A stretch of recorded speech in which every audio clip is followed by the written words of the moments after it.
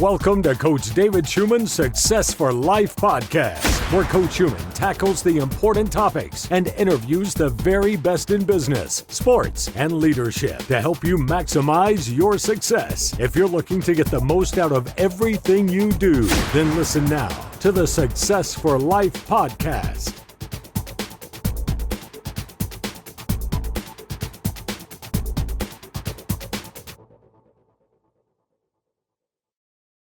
Coach Schuman here with Shelby Stanger.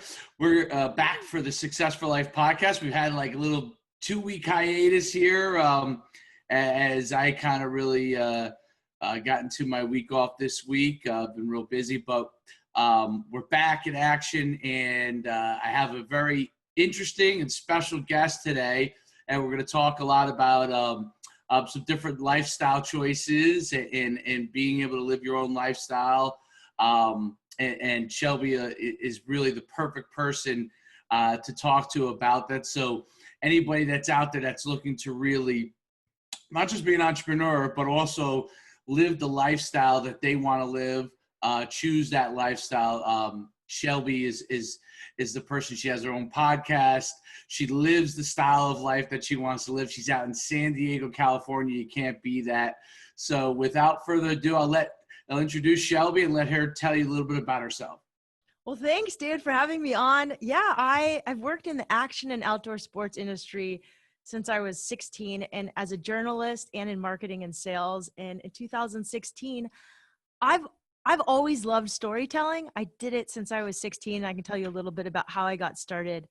But I've always loved stories about adventures, especially those who've taken the road less traveled and had the courage to kind of go out and pursue their own wild ideas. So in 2016, I started the Wild Ideas Worth Living podcast.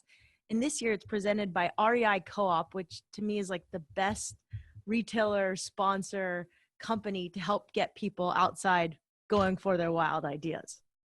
Yeah, REI, obviously they're everywhere as far as from an outdoor standpoint, and that's where you go to get your stuff for the outdoor. Now, we talked offline briefly, and I think you really have an interesting background. You're an athlete yourself.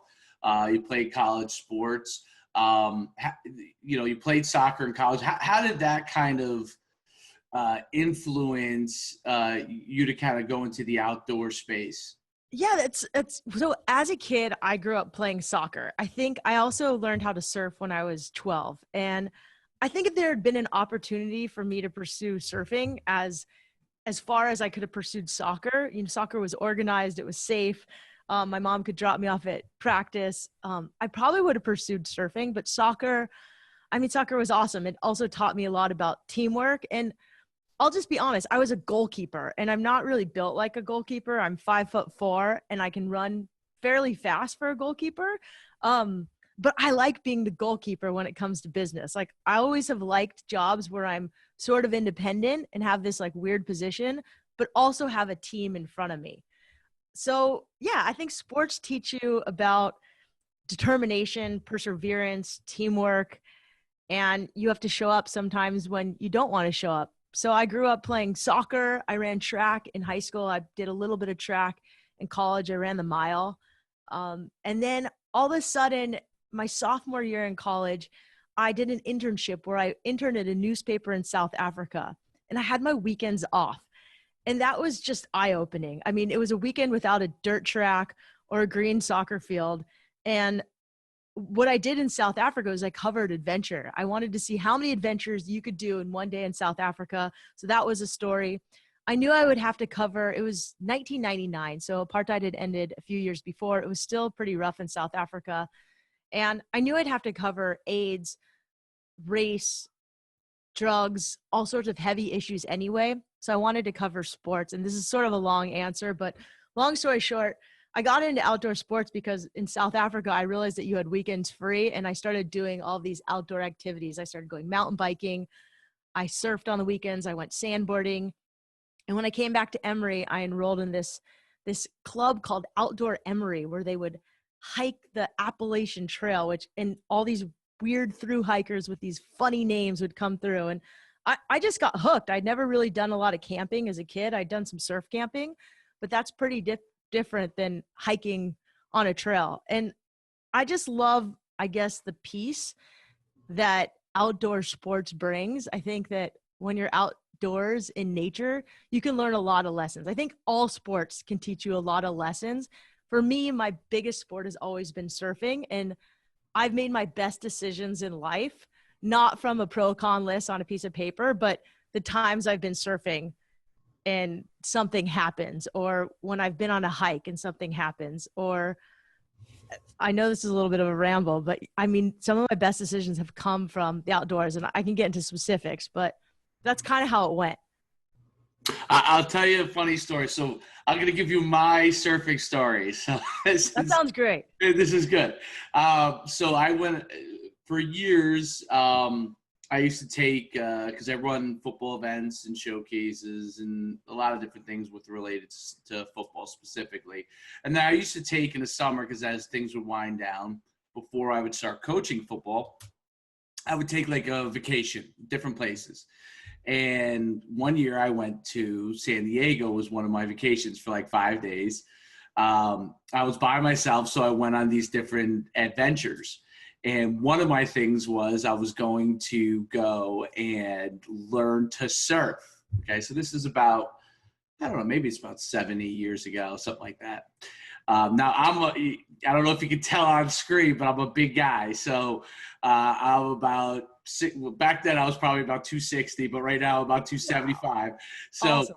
I went in, I said, let me go and learn to surf. But I've always been a very good athlete, so I figured I could hopefully get myself up. So I go into I come down to La Jolla. They have all the surf camps going on. That's where I taught surfing for years, at Surf Diva. Were you there? So I went there, yes. Awesome. So I was a Surf Diva instructor forever. Really? Yeah, so it was started in my house. The woman who started it, Izzy, is my best friend.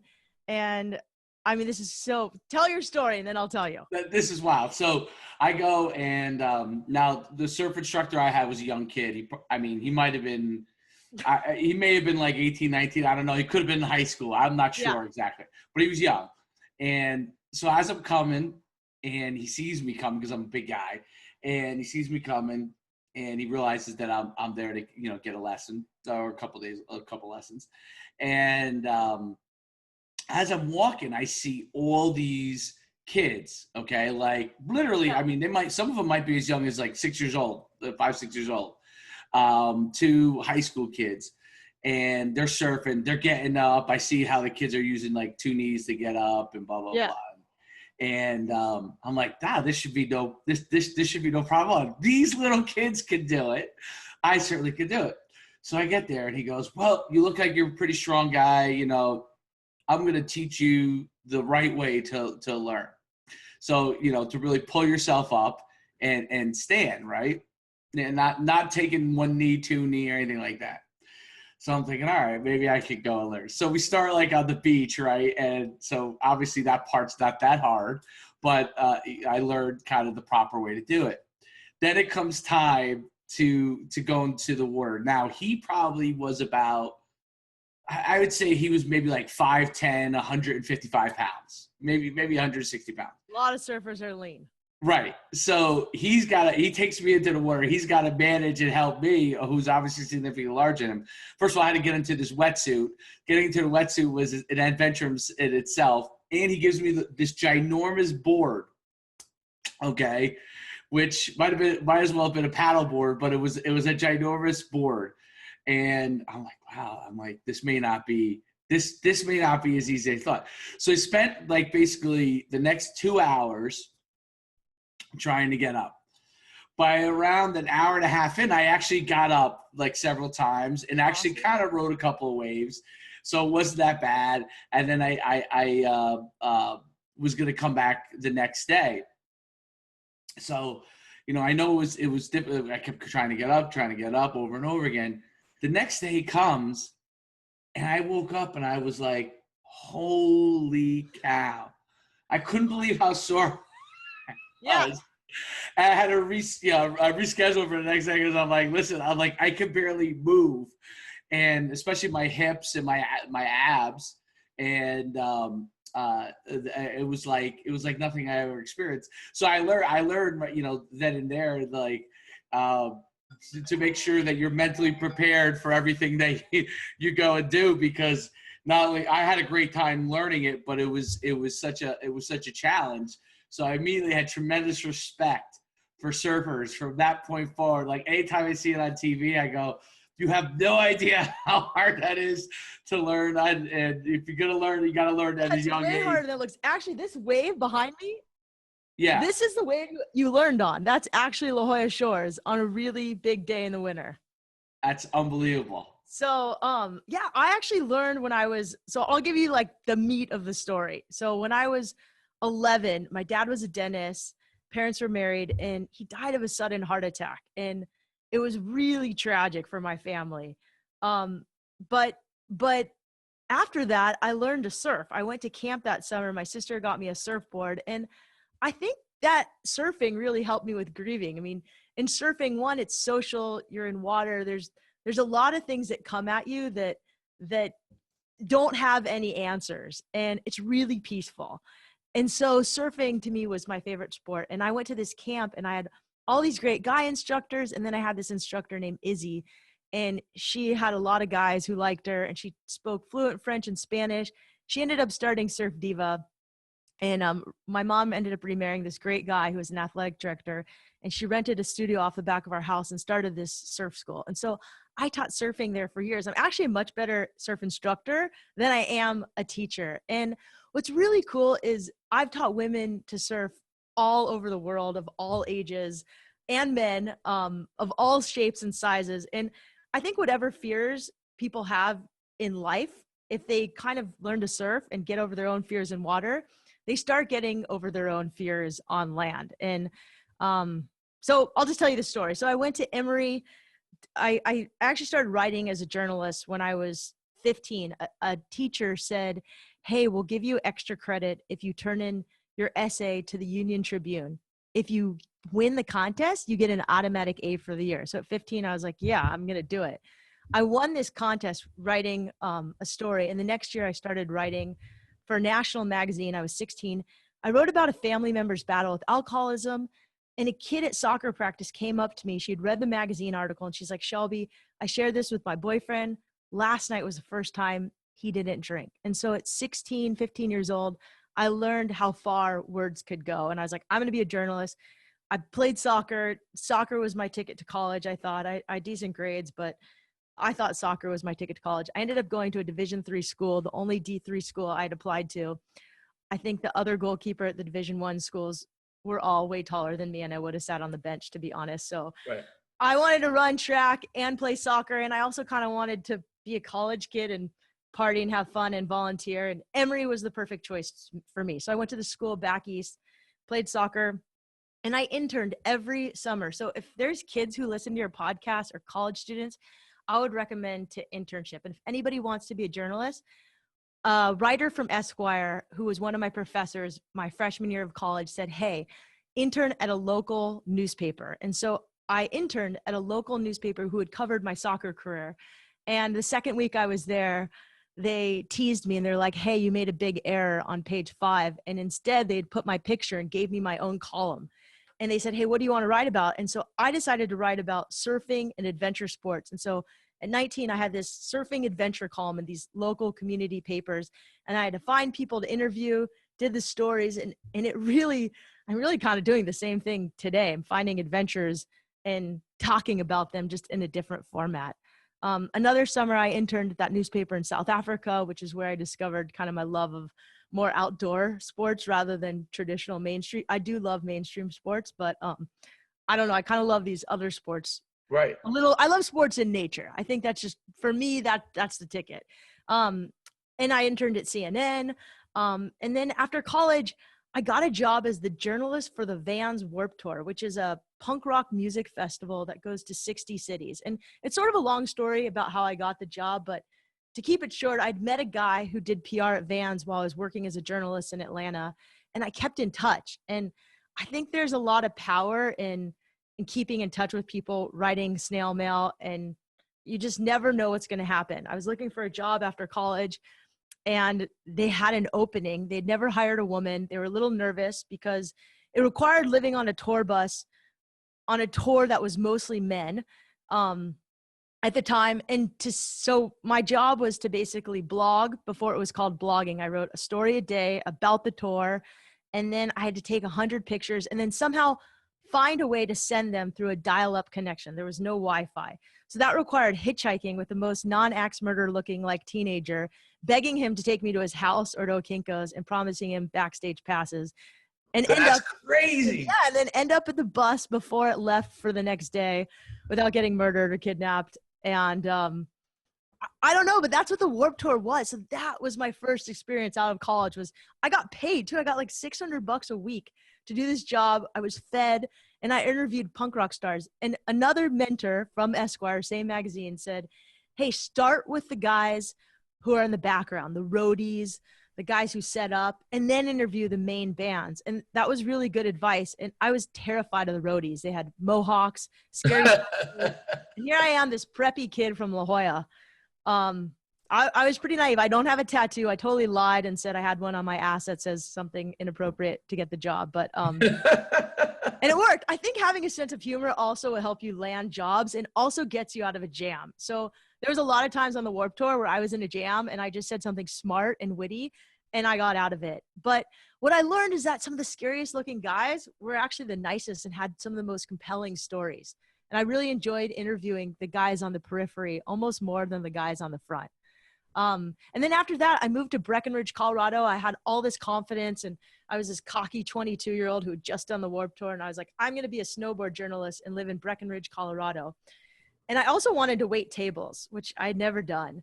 I think everybody should wait tables who wants to be a storyteller because you learn a lot about people. And I was really lucky because the second day I was waiting tables, the host of the local TV show was in someone else's section. And they told me that they were waiting on him. And I was like, hey, I'll trade you. And I was a terrible waitress, but she traded me. And I went up to the guy and I said, hey, I love your TV show. I've hosted some shows before. I'd hosted like one show my whole life. And I said, I'd love to host with you. And he actually had a position open at the local station for an entertainment reporter, told me to come try out. And I got the gig. So I think I got really lucky early on in my career. I had a lot of confidence and I put myself in situations where I could succeed. And also I failed a lot, but I didn't care because I was young. Eventually I wanted to move back to California because I like sunshine and I like surf a little bit more than I like snow, although the mountains are beautiful. And I did some radio hosting as well in Colorado, which set me up for the podcast later on. But I came back and I got a job at Vans, the shoe company.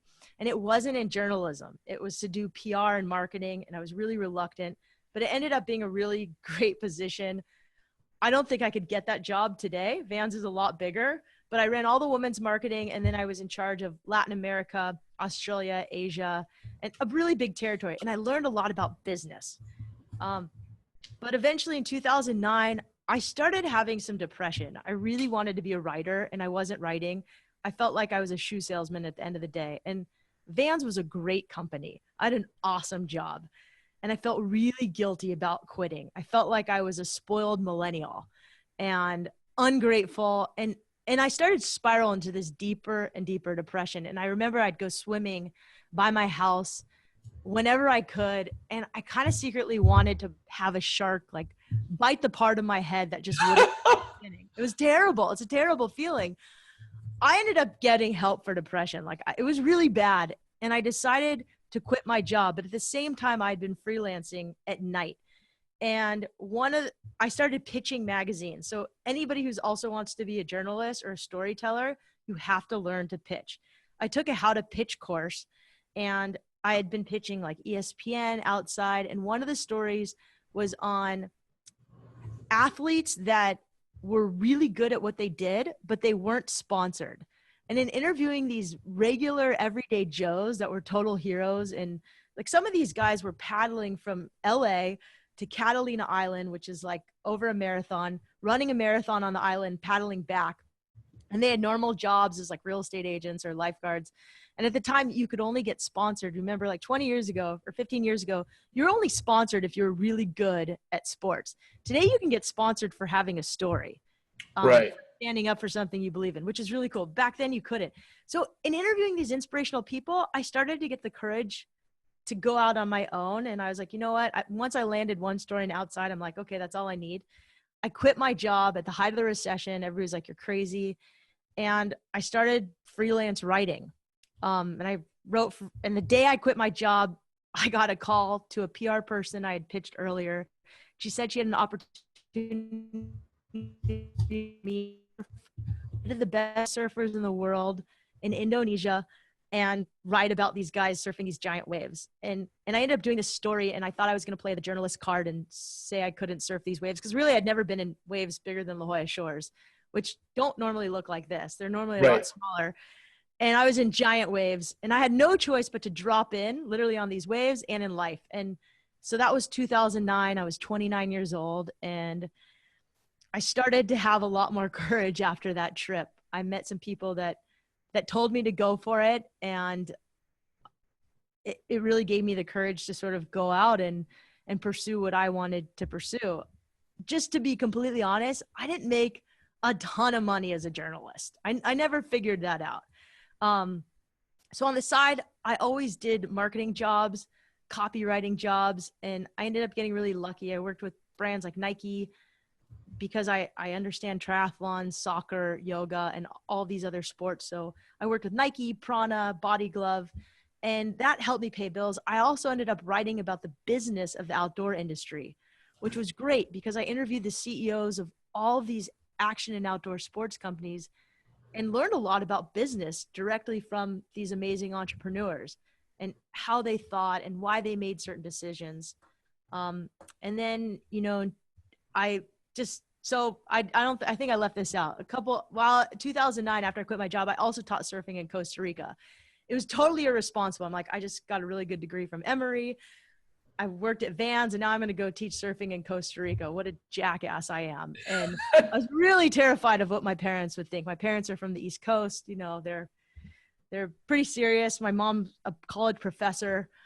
I was nervous what she thought, what she would think, but I ended up teaching surf lessons in Costa Rica, and I taught the head of NPR how to surf. I mean, I've made a lot of good connections teaching surfing. So I think if you fall, there's this cliche, do what you love and the rest will fall into place. I don't know if that's always true, but I think when you do what you love, you actually end up meeting people in really great settings. I'm really anti-networking and going to like a networking events. They feel very informal, and I don't like them, but I love meeting people naturally. In the water is a great place to meet someone. On a hike is a great place to meet someone. Running on the football field, what a great place to meet someone. If you tackle your next boss, like that would be such a great story. I don't know. I know I'm rambling. Yeah, no, I think it's fascinating. It's definitely fascinating.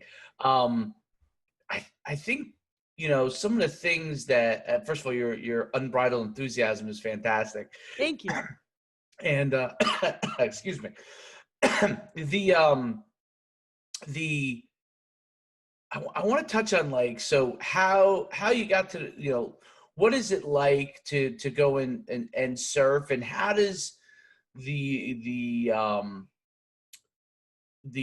adventure lifestyle enable you to really, especially for you, but any others that are like that, that enjoy it, how does it enable you to really put those thoughts together and really kind of connect with yourself, and connect with you as a person, which then kind of helps give you a clear thoughts as to what you want to really be, which I think you've done a great job of identifying. And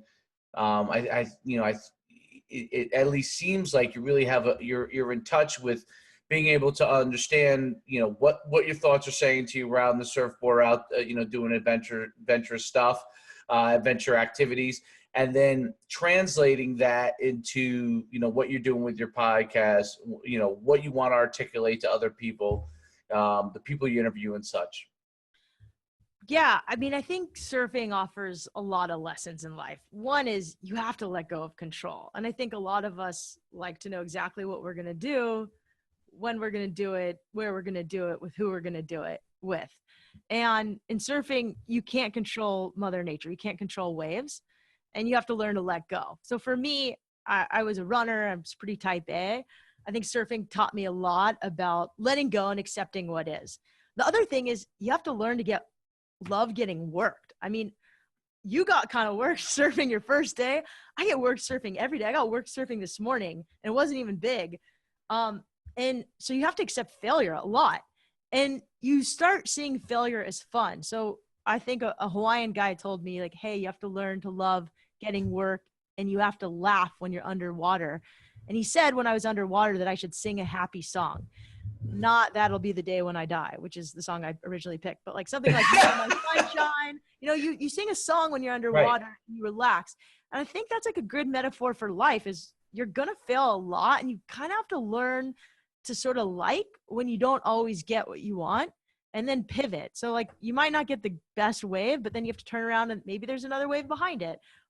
I think those are the biggest lessons from surfing. And then just the time in water is pretty meditative. I don't mean to go all hippie on you, but there's a lot of top performers I've interviewed, and they have some sort of meditation practice. I've never been really religious, but to me, I guess I got a lot of my spirituality or meditative focus from the ocean. Because you have no choice but to like, surfing is a lot of sitting. It's not really surfing. You kind of sit and you wait for waves, and in between your thoughts go all over the place and you get to decide what to do with them. Those help in business.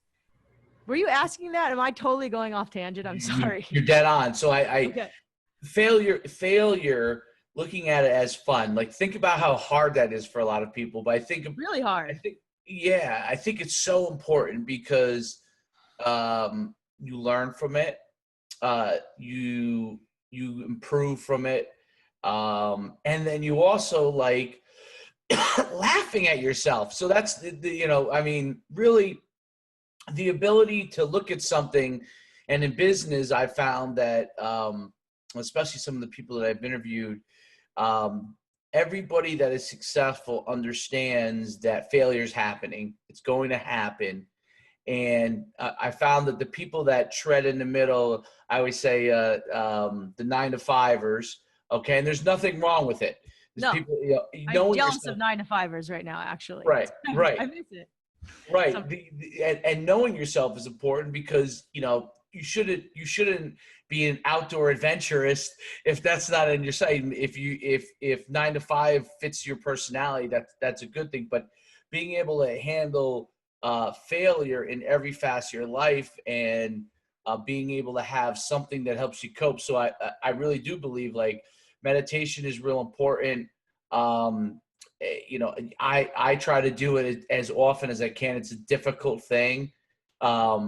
But it's something that puts you in touch. Like, one of the things I learned when I first came out of college, I played football. I got my MBA and went and worked in technology firm, and I was a fast riser in technology. And nice. And everybody would work and fight the urge when they got tired by filling themselves up with more coffee, right? Or whatever their vice was.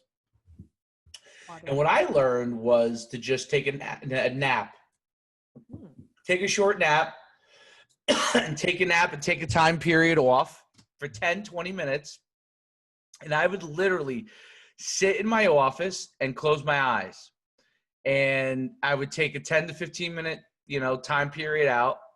Someone knocked at my door. Obviously, I'd answer it. But I would take 10 to 15 minutes. And I found that I could then work longer and more productively than anybody else. And I discovered this, kind of coincidence. I would try to fight it. I would do what other people were doing. I saw older people working, and I had a pretty stressful job right from the get-go. And it was during the whole tech boom, and I was an internet expert at the time.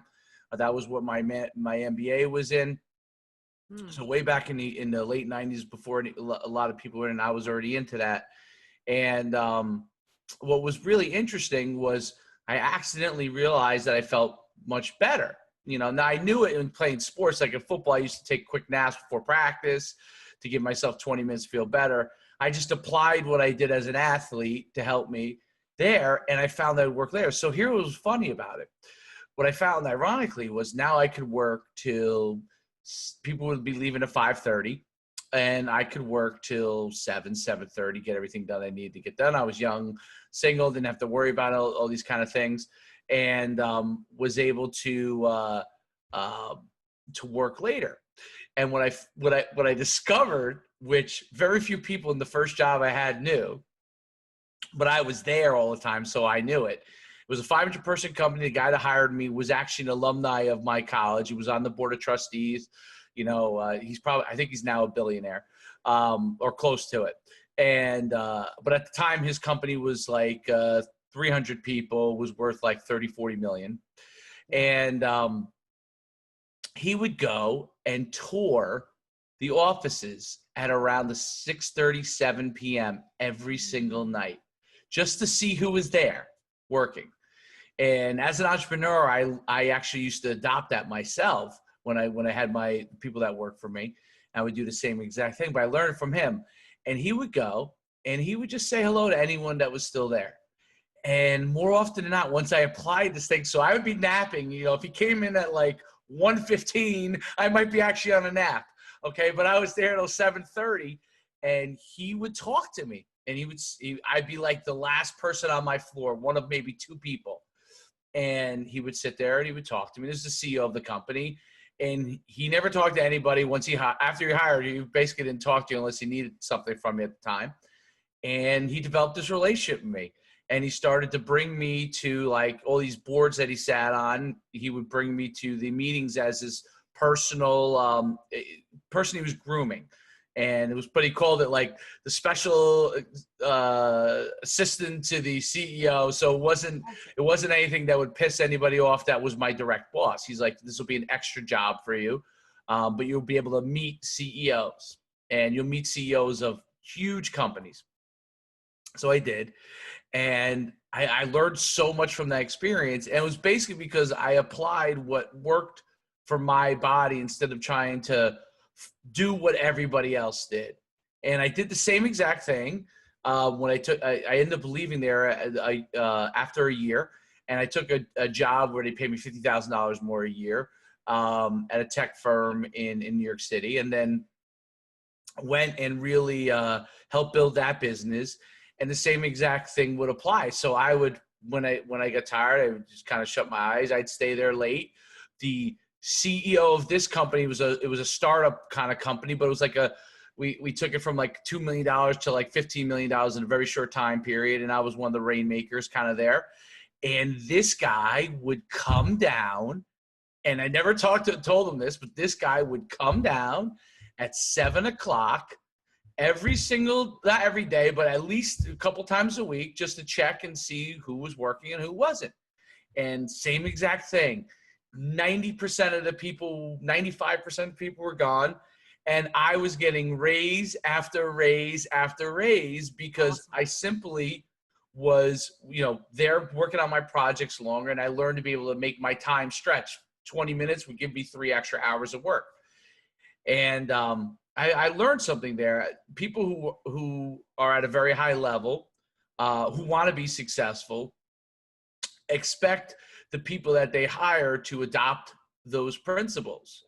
And it doesn't matter how you kind of get there, but adopting the principles of success is a common theme. And what I found is that the people that don't do that, they get weeded out pretty quickly. And a lot of people go their whole lives never understanding that because they never stay past 5:30. They've never stayed past 5:30. And it's interesting.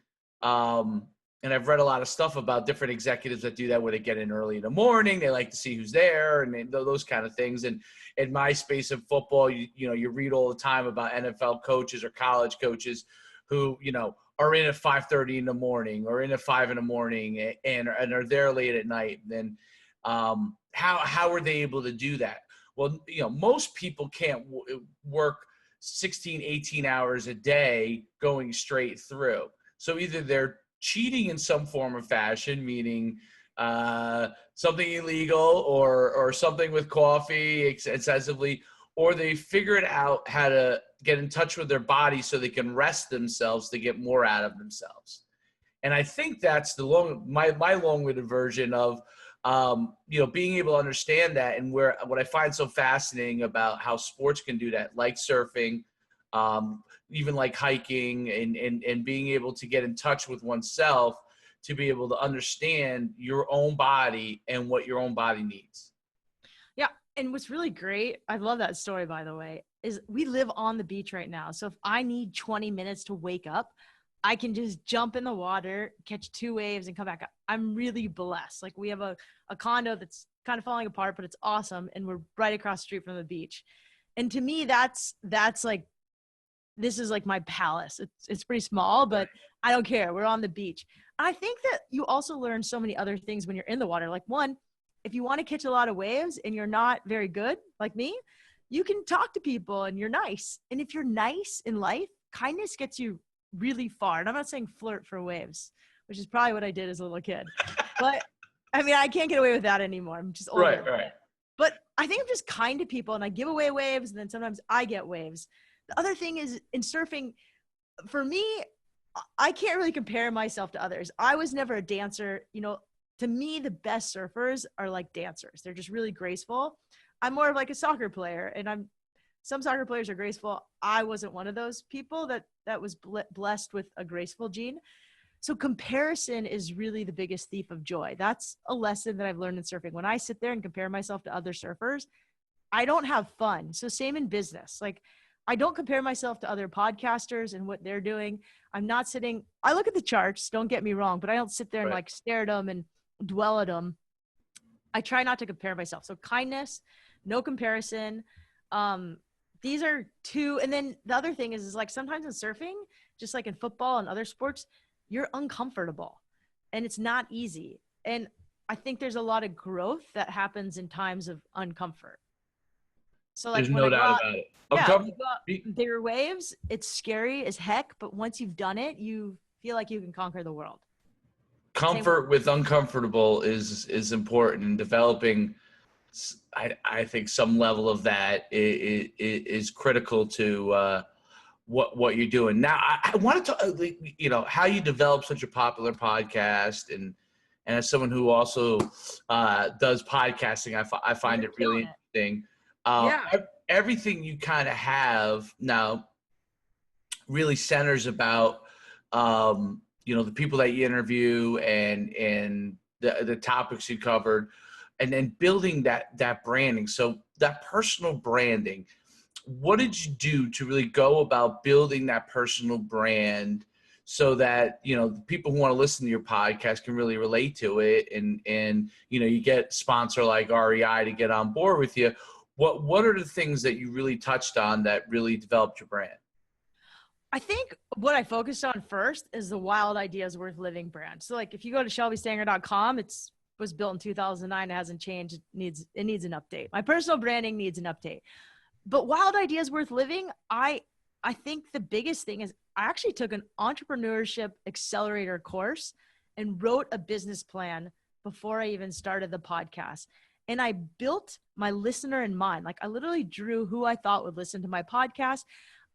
I thought about what she would drink before work, how she would get to work, when she would listen to it, if she was married, if she had kids. I basically built my avatar. They talk about that a little bit in the podcasting world. Conversely, I knew it needed to be a business. A lot of podcasters have side businesses and they sell their side businesses or their full-time business through their podcast. For me, my business is just my podcast. So I knew I needed to get sponsors. So conversely, in this business plan, I drew my avatar for who my ideal sponsor would be. And I thought about what that person looked like, what they drank. I actually thought about REI. That was my main sponsor I wanted to pitch. And I built the podcast with that in mind. The other thing is I took advice from everyone else who said, just be yourself. I'm a really bad liar and I can't fake it. So, I told a couple penis jokes in the first couple episodes, and that's just me. And I find them hilarious. And some people might find them annoying, but some people are going to like you. Some people aren't. Right. And you just have to be okay with that. For me, I really built the podcast I wanted to listen to. I loved listening to Tim Ferriss's podcast, But I wish there had been a podcast like that hosted by a female so I could relate to it, that talked a lot more about adventure and interviewed some of the athletic icons in the adventure world that I admired. And it wasn't being done. I saw nobody interviewing surfers and runners, which are sports that I like. And so I figured I would just do it myself. But like I said, I built, to answer your question, I built a business plan. I took this accelerator course. The very first day they gave us a business plan and they're like, okay, write your business plan. And I didn't have a lot of time to think about it because it was a 2-hour class the first day. And I mean, I revised it, but I've pretty much stuck to that business plan that I built the first day, hosted by a female, and where we interviewed people interested. I'm interested in tech, but I'm much more interested in adventure. Right. And I wanted to hear stories about adventurers who took the road less traveled. And I didn't see that being offered on iTunes. So I figured, no, this is actually what I do. Like, I've had tons of media experience, and in writing stories for magazines, I love the interview part. I kind of hate writing the story. So the podcast medium is like the best format for me. Plus, you don't mess up people's quotes. They get to tell their full story. And I loved that, just like you, I'm sure you can listen to podcasts in the car, while running, while cleaning. It's just such an awesome medium. And so I studied the heck out of podcasting, took this entrepreneurship class. Like, just, I've never immersed myself so much into learning one thing as much as possible. And then I did one thing that someone told me was really helpful. They're like, get to show 7, because there is something real called the podcast fade, which is after show 7, people die. Like, there's literally this graph where people get to show 7 and then they drop off completely, because running a podcast, I mean, as you know, anybody can do it, but absolutely. I think it's a lot harder than most people think it is. I can't believe, I thought this was going to be my side hustle, but it's my full-time hustle. It just takes everything. And I like it, but it's much more than just get to show 7 and you're on your way. Are you cutting out again? Sorry. I can hear you. Okay, cool. I can hear you good. Yeah. So the podcast fade is a real thing. And someone gave me that advice, get to show 7. A podcast feed, I've experienced it myself as a podcaster. Like, you start rolling and you're like I've had so many good interviews.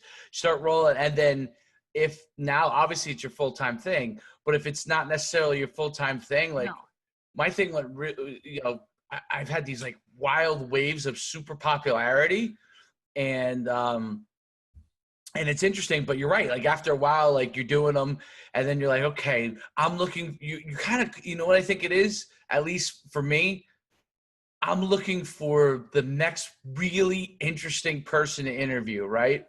So once you start to get really good interviews going, and then you have like, you got to find the next interesting person, and you're going to interview someone, and if you're not sure if they're that interesting, you're like, wow, like, how is this up in my ante? It's like, yeah, I've had to let like at least 7 shows I've done this year just go, where I did the interview, I drove to their house, I went to LA, and it just didn't turn out that great. So they didn't run. Yeah. Which sucks. And sometimes it's like really an issue of sound, and the sound was just bad. But yeah, I want to give my audience something that they enjoy listening to. So I try my best to get really good guests, and I try to prep them and have them be able to offer advice, because I think that's what all of us want, is advice on how to be better. Right. There's no doubt about it. It's all about success and how to have a good business. I think one of the keys is also just hustle. Like that never goes away. You have to hustle, but you have to take breaks. So this year, instead of doing 52 shows like I did last year and almost died 1 a week, I'm only doing 40 shows. So I did 1 a week for the last 6 months. And now I have so many breaks. So like this week we were off, and it was just so nice to have a week off of podcasting. I was able to catch up. And so now I can actually bankroll like 4 podcasts at a time, and I'll be a month ahead, which is awesome. That's really cool. Yeah. Do you think that podcasting, I guess it's like anything in the sense that when you see like my podcasting is always pretty popular in like the business entrepreneurship space. And I found that like everybody's trying to keep up with like the amount that, I don't know if you ever heard of Gary Vaynerchuk, but like Oh yeah. amount of stuff Like, Gary Vaynerchuk, everyone's trying to yeah. keep up with like as many podcasts as he turned out. No way. And like, you're just not gonna, because he's just taking everything that he has, he's turning into podcasts, no matter what it is, even if it's not an interview. So what you talked about being, true to what you want to accomplish. I like how you had your I've done business plans for my business, but actually developing that for your podcast and treating it like a business, I think is a critical part for anyone who wants to, do what you're doing, have a chance to succeed, to treat it right from the get-go, as to what you want your audience to be, who do you want your message to be, and who do you want to be your sponsors. I think it's really smart. I think a lot of people kind of do it the other way. They start rolling out the podcast. I know I did it myself. I start rolling out the podcast. I got interesting people to interview. And then all of a sudden I'm popular, and I'm like, wow, I think we should monetize this. Like, I'm monetizing my business, but how do we go and monetize this over here? I think your idea of like establishing that first, and then you could drive everything to that, I think is critical. Am I right? Yeah, no, I think you're dead right. And I think you can do the Gary Vaynerchuk model where you release one a day, and obviously the more podcasts you release, if you have a sponsor attached to that, the more money you're going to make.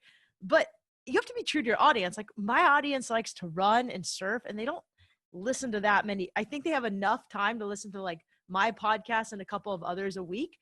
And I don't see them listening to one a day. So you have to be true to that. But yeah, you have to I think creating a plan is helpful in life, having a goal, but you also have to be willing to change. So when I originally set out to do this podcast, I thought it was just going to be for women. I didn't think that men would want to listen. But the truth is I had been a journalist for mostly men's magazines before, and more men listen to podcasts than women. And 60% of my audience all last year were men. Now, when I have a woman on the show, it definitely skews more towards females. And I can't totally tell. I'm using Google Analytics from the stats that come to my website to guess. But it's pretty interesting. So yeah, I was like, I'm just going to have a show that caters to men and women. I'm not going to play the female card, I just want to show about adventure. I think that was more powerful. And I actually think sponsors really liked that I was a female without an agenda, just that I was hosting a show that empowered other people to go out and do whatever it is, no matter who they were, whether they were a girl, whether they were a guy, whether they were black, whether they were white, that it's a show for kind of everybody, but it's just about adventure. Really cool. Yeah. Thank you. What's the best? Who's the best? Like, so if someone wants to go through your podcast, best. Who was the best interview that you felt you had? Well, I can tell you the biggest show was definitely Cheryl Strayed. And I mean, that got picked up by Apple. They put it on the front page. She's the author of Wild, and she gives such good advice. She also has her own podcast. So she's a pro at doing this, and just a great public speaker. And we actually talked about hiking now and how she hikes now and how she involves her kids. And I think she said something really poignant on the podcast. She said, the main thing she teaches her kids, she doesn't care if they're lawyers or doctors. She just wants them to be kind.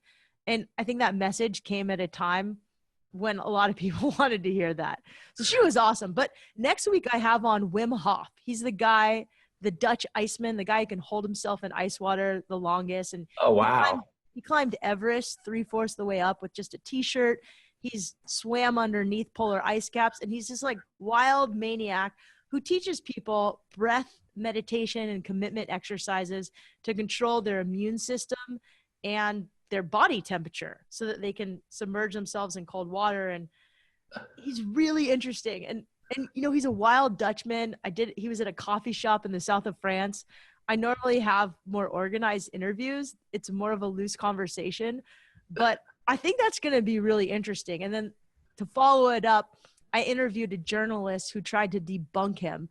He's a journalist who debunks meditation gurus and people that claim that they can cure people and are just phonies and take money. He went out to basically debunk Wim Hof, did the method, and was like, oh my God, it worked. And the journalist climbed with Wim Hof Mount Kilimanjaro in like 29 hours or something like that without wearing a lot of clothes. They set the record. So that's the next podcast. So the next 2 weeks, I think are going to be pretty exciting. That's cool. Yeah. But I love interviews where guests can take away something.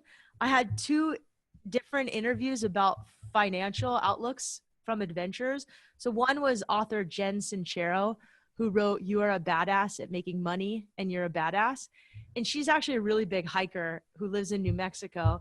And her whole philosophy is like, you can manifest making more money and doing the work, but you kind of have to dream big. The other girl I interviewed was a woman named, her blog name is Liz Frugalwoods, and her husband retired at like age 30, and they didn't have amazing jobs. Like he did work as a software engineer, I think. She just worked in PR for a nonprofit, so she didn't have a huge salary, but they saved like 60 to 70% of their income every year, were incredibly frugal, and at 30 bought a house in Vermont in the middle of the woods on a bunch of acres of land, and they have 2 kids. And so they took a different approach, whereas like just like less stuff and you can have more. Now, is she the author of that book, You're a Badass? Or that? So the first girl, Jen Sincero, is the author of You're a Badass. The second girl is the author I've read of, a good portion of that book. Yeah, the other girls Meet the Frugalwoods. And so I thought that was really interesting to have 2 sort of, I didn't mean to have them side by side, but once I went and interviewed this frugal person, I wanted to go interview Jen. And it just worked out that I actually, this is what I do. This is like a little secret. I grabbed the author speaking list from my local bookstore and figured out who was coming into town, and I knew she was passing through. And so I contacted her agent, and I offered her surf lessons, which always helps. And she didn't take me up on surfing, but she took me up on the podcast interview and dinner. And it was really fun. I learned a ton from Jen Sincero, and I highly recommend everyone reading. I like her second book better, You're a Badass at Making Money. You're a Badass is also a great book, but I think for those of you who, one of the things she said that was so important, as an adventurer, I've thought before as a surfer that, you don't need money. You can just like live off the land, which is really romantic in your 20s. I grew up in La Jolla where people have money. That's the truth. Right. And money helps you. I mean, she told me something really funny. She said, I've been miserable with money and I've been miserable without money, and being miserable with money is just a lot easier. And I think money isn't a bad thing. I had some stigmas against money because I did grow up in a wealthy area where some kids made some poor decisions because they were so wealthy. And I had to get over those. And I think I'm still working through them. Like definitely not perfect, but that was a good one. The other interview I think I did recently that was really cool was I interviewed a rock climber who named Beth Rodden. And she was an incredible climber when she was a kid right out of school. And she was married to Tommy Caldwell, who is also like a professional rock climber. And in 2000, they were kidnapped on a climbing trip in Kyrgyzstan. They didn't, it was pre-September 11th. They weren't thinking terrorists on their mind. And they were kidnapped by a group linked to Al-Qaeda. And they went 6 days with like no food. They thought they were going to get killed. Tommy ended up pushing one of the captors over the cliff, thought that he was going to die. He didn't die, luckily. They got away, and she ended up getting divorced. And she talked about being a recovering perfectionist, which I think a lot of people who are in business or elite climbers, they tend to have this perfectionist mindset. I know I had it. I was a runner. I definitely went a year where I didn't eat much and I ran really fast, but I had this perfectionist mindset. And she talked about getting over your perfectionist mindset.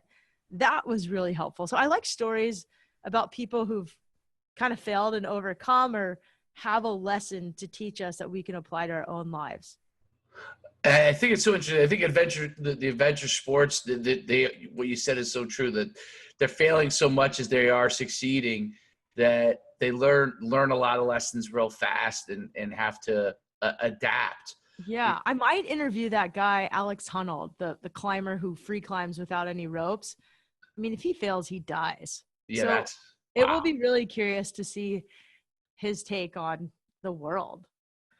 I don't know. We'll see how that goes. I don't know what's going to happen for sure, but I call that a death wish. Yeah, it's pretty amazing. And that is amazing. Yeah, I've interviewed a couple of artists recently, and I find them really fascinating as well. I really like interviewing authors because, you know, my background is in writing, and authors are usually really articulate. They have something to say, and they just spent like 2 years researching a subject. So they're really knowledgeable about it. So it's always good to interview authors if you get the chance. That's really really good stuff. I want to close it. First of all, thank you so much for coming on. I mean, unbelievable. Tell everybody where they can find your podcast and your website and whatever else that you want to share. Yeah, my house. Come to San Diego. Your house. Well, across the beach, just walk back and forth. Take you surfing here. You'll find it. Yeah, just scream Shelby when you're in San Diego and you'll find me. Yeah, you can go to Wild Ideas Worth Living. It's a long one, .com, because Wild Ideas was taken. No, wildideasworthliving.com. You can find us everywhere you find podcasts, iTunes. We're at Wild Ideas Worth Living on Instagram, at Wild Ideas Worth Living on Facebook. We're at Get Wild Ideas on Twitter, but I'm not going to lie, I don't really check Twitter. So just check out Wild Ideas Worth Living. And I'm at Shelby Stanger, ShelbyStanger.com everywhere. It's like Stranger, no R, Shelby Stanger. Just remember Wild Idea, or type in Wild Shelby, you'll find it. REI. And REI has been sponsoring it. And what's cool about REI, just a little plug for them. Yeah. They don't offer just gear to get you outside, but they offer adventures. So if you want to learn to rock climb, I just took a rock climbing class outdoors with REI and it was awesome. And then they offer trips. So you can go to you can go climb Kilimanjaro with REI. That's I haven't interesting. signed up yet, but yeah, they offer great trips and adventures. And so you really don't have to do anything but bring yourself and a good attitude, which is important in adventure. We'll end it on that. Thanks so much for coming on. I think this interview is going to be out of this world, well received, and I can't thank you enough. Thank you. You guys are awesome. I love football players. See, there are kind football players out there. Of course. I mean, come on. I dated a football player in high school. I mean, doesn't everybody? Like, football players are great. On that note, we'll sign off for Success for Life podcast. I'm Dave Schumann. You can find us, as you do, on every single podcast venue, Success for Life podcast. You.